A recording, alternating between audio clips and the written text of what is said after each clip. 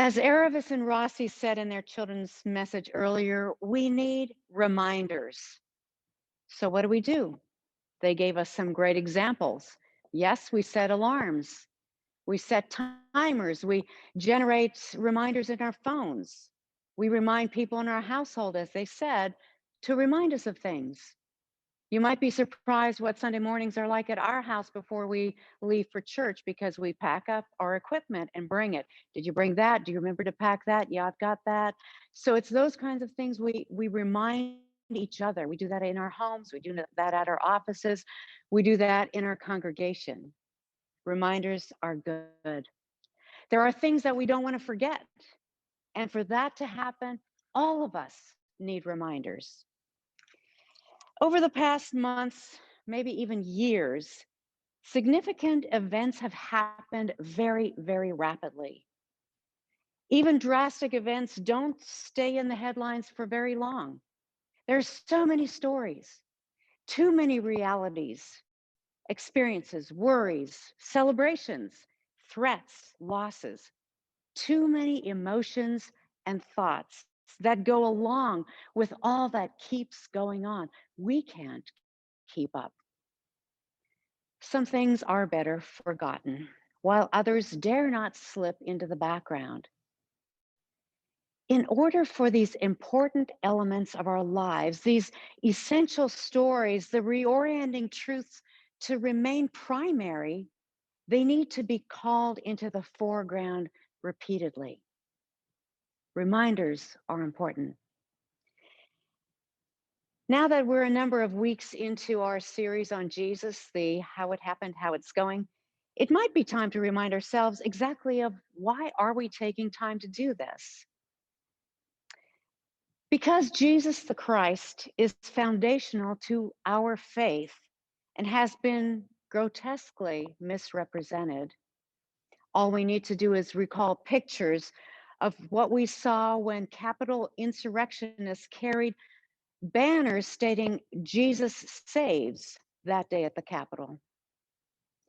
Because of this and other distortions, we need to take another look. Because we've come to know that Jesus the Christ is worthy of being taken seriously. And because his life and teaching continue to transform us, we, all of us, are ordinary people, and we all are being transformed.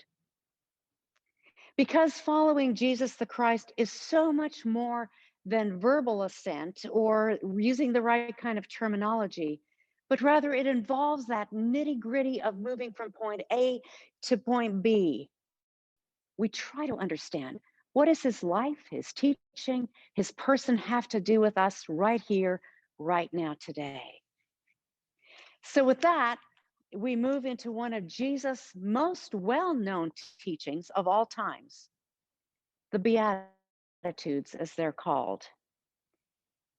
If you've heard or read or heard reflections on this teaching before, I invite you to try to temporarily suspend all that you've heard in the past so that we can focus on what it means, or at least what it might mean for January 31st, 2021. You might think it's quite straightforward to preach this text, and I found that's not the case.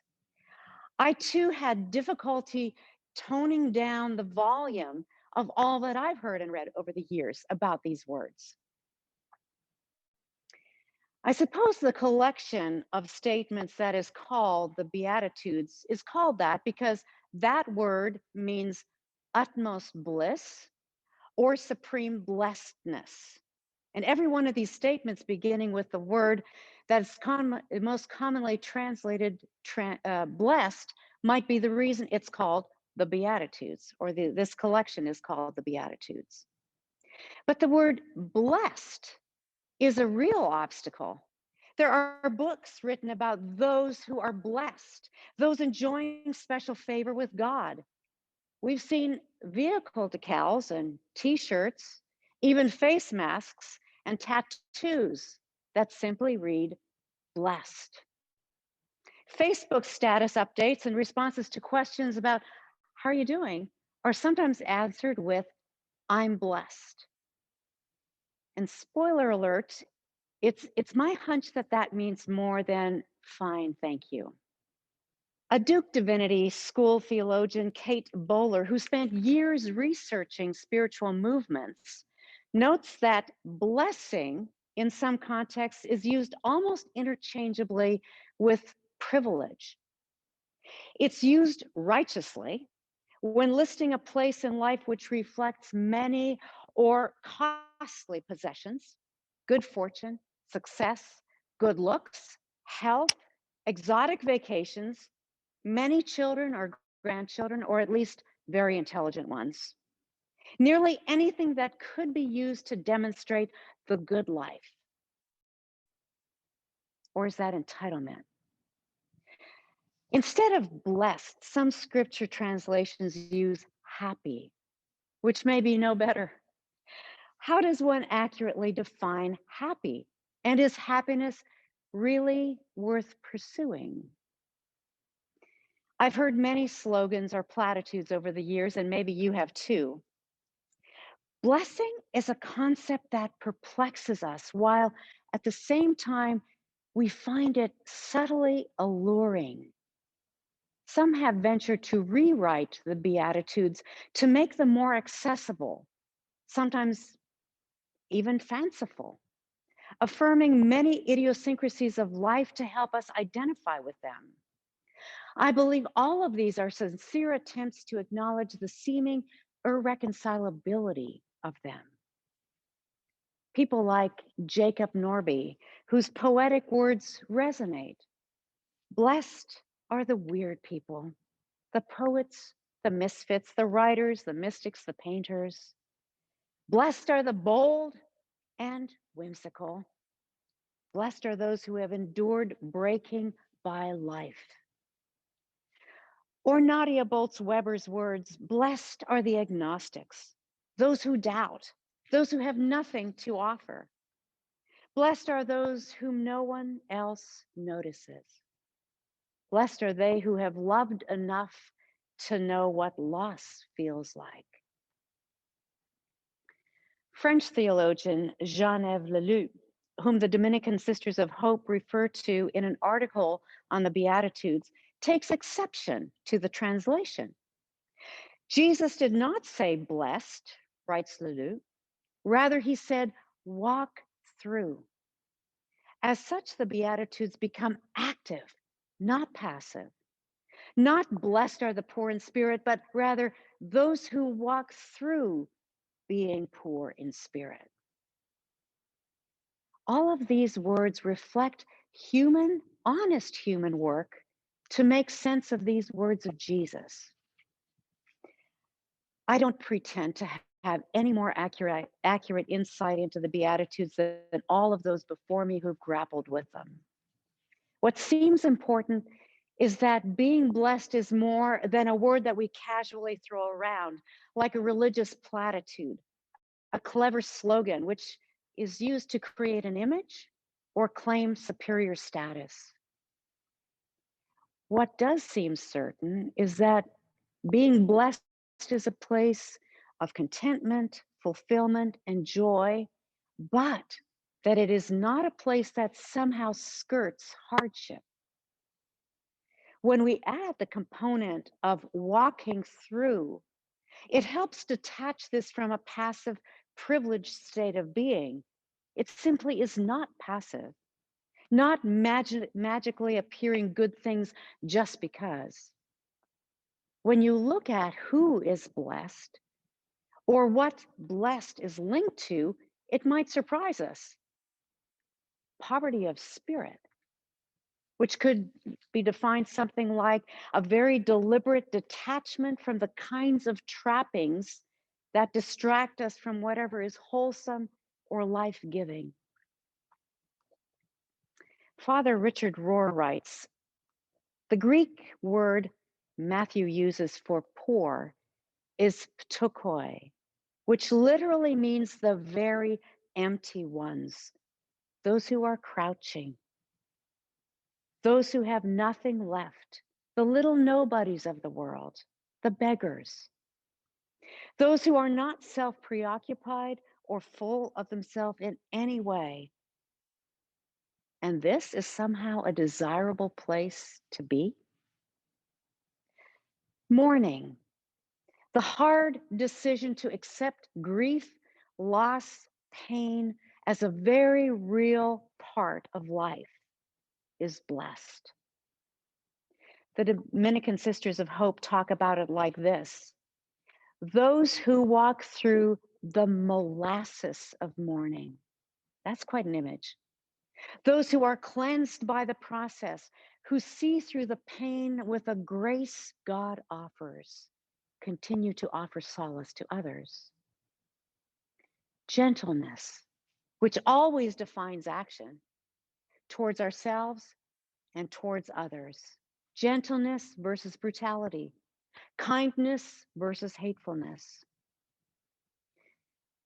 Then hunger and thirst for justice. The person who hungers or thirsts still is not satiated. There still is a need.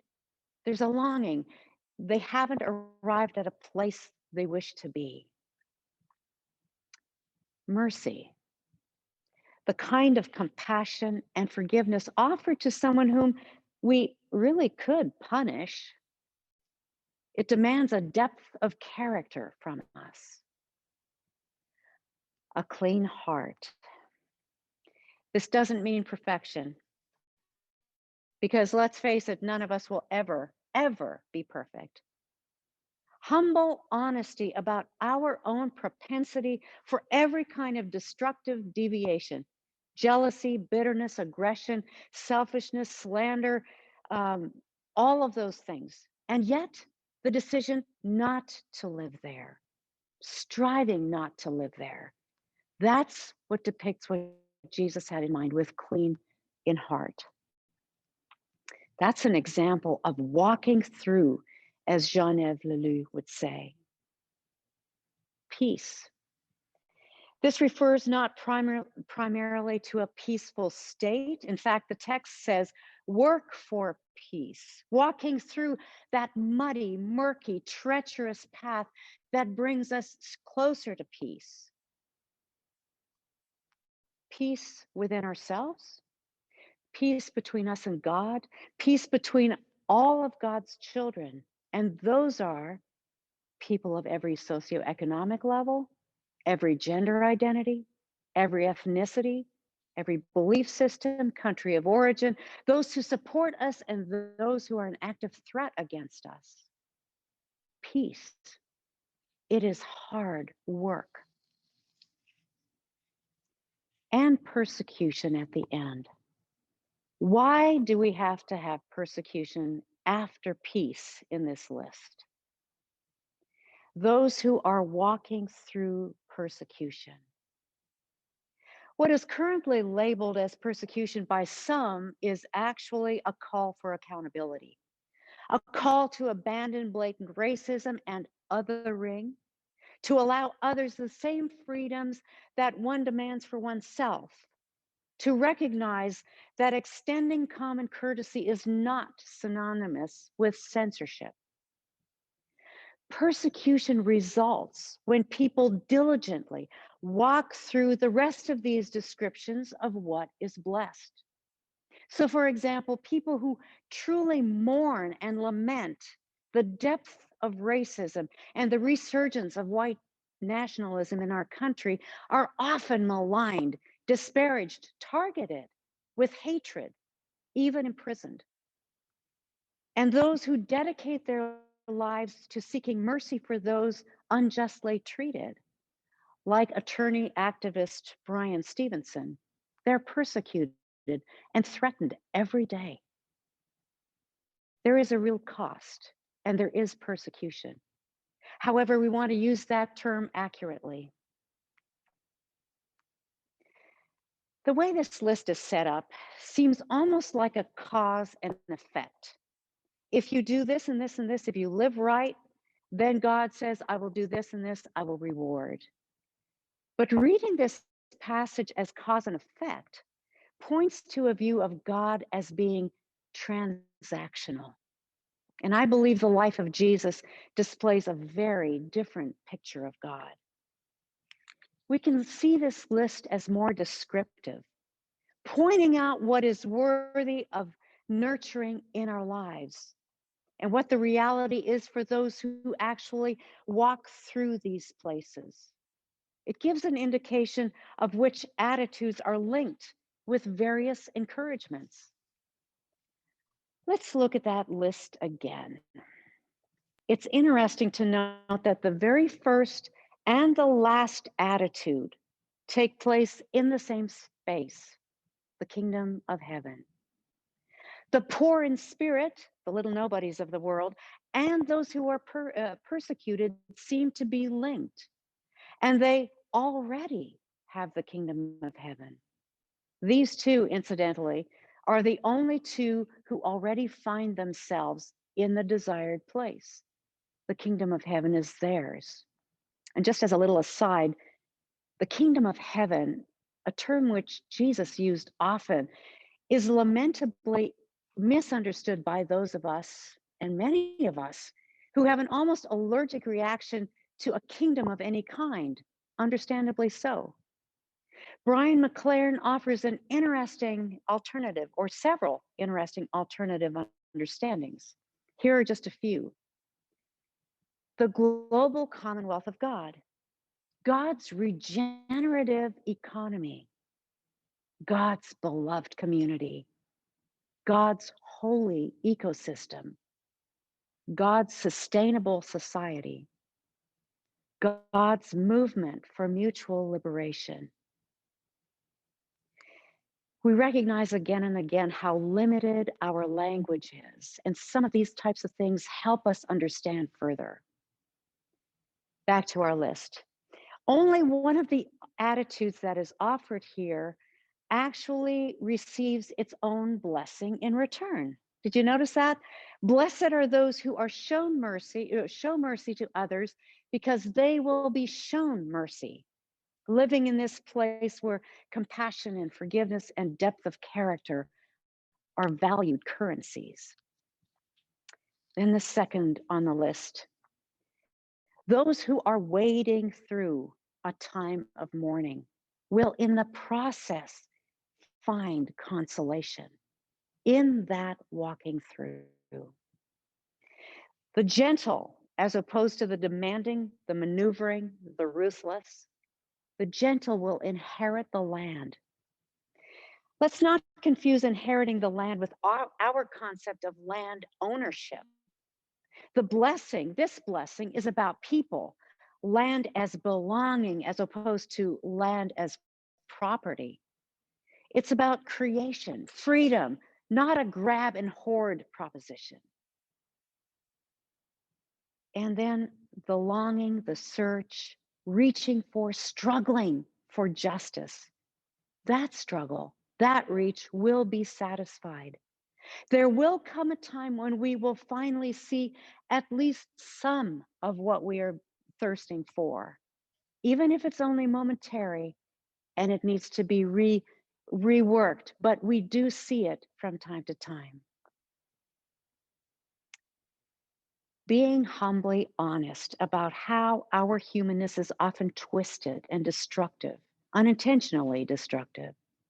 Yet being open to growth and faithfulness represents a clean heart, something which puts us into a place of being able to recognize God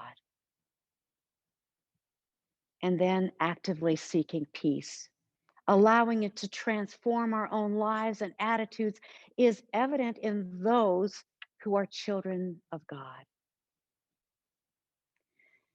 Realizing the connection between what we are walking through and what happens in this difficult process is actually, or it can actually be invigorating and life-giving.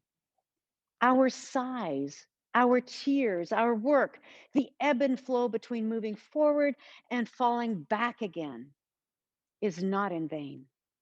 It is producing something within us and far beyond us over time, sometimes over a great deal of time. In fact, we may never see what is achieved, but faith is a way of life. Walking through these hard places Adopting an attitude that is intentionally non-conforming to what is exhibited all around us is the goal itself. This is being blessed.